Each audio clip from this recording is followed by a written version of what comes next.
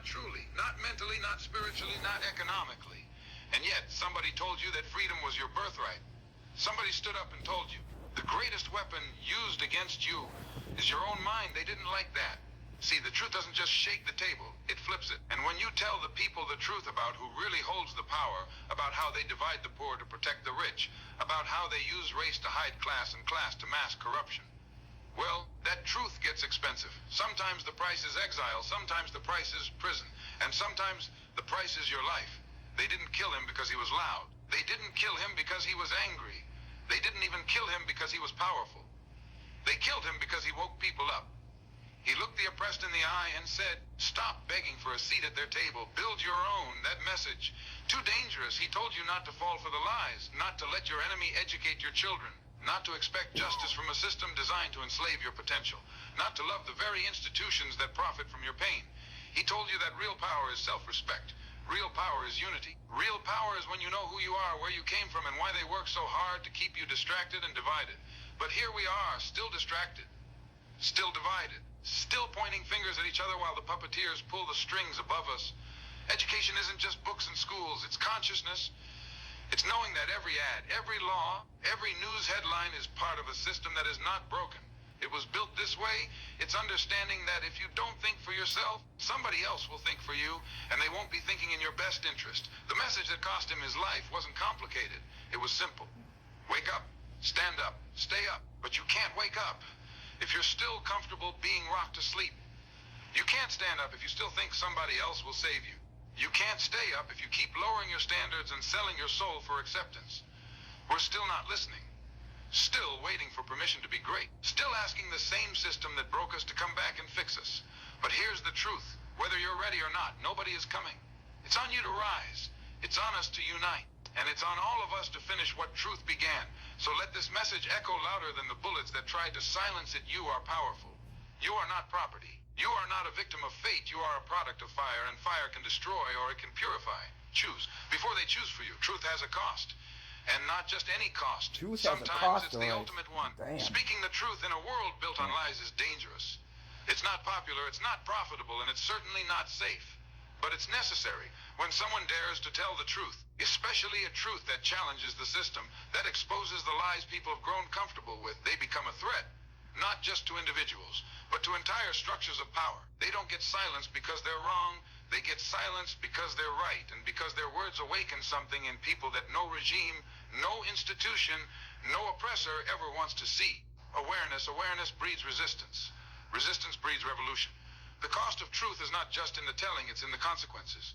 Look through history and you'll see a pattern. Any man or woman who stood up and said, this isn't justice, this isn't freedom, this isn't real, suddenly found themselves branded a threat. Suddenly they're under surveillance. Know that Suddenly they're sure. called radical. Suddenly they disappear. Sometimes And from death media, threats. sometimes from society, sometimes from life itself. Yeah. The truth isn't expensive because it's rare. It's Truth is expensive because of what it expensive. demands. It Truth demands is courage. expensive. It demands sacrifice.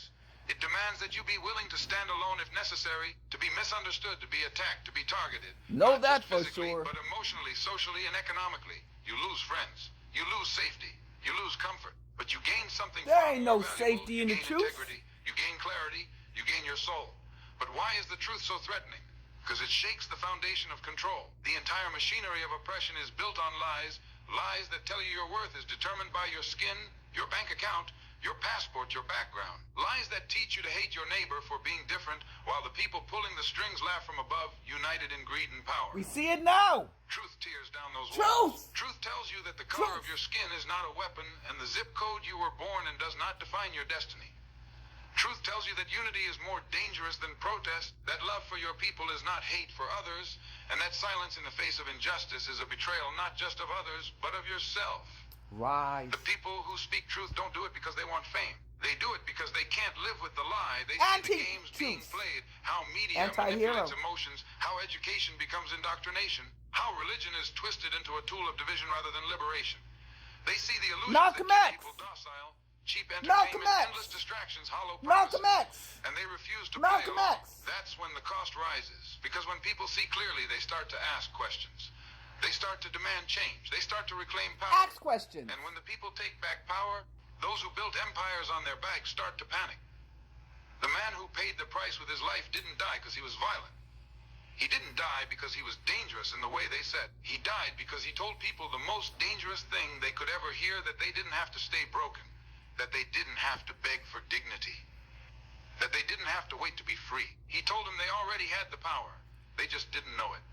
And once your eyes are open, you can't go back. That's what scares the system. Not riots, not speeches, not even revolution. What scares the system is consciousness. What scares the system is a person who sees through the game and refuses to play by its rules.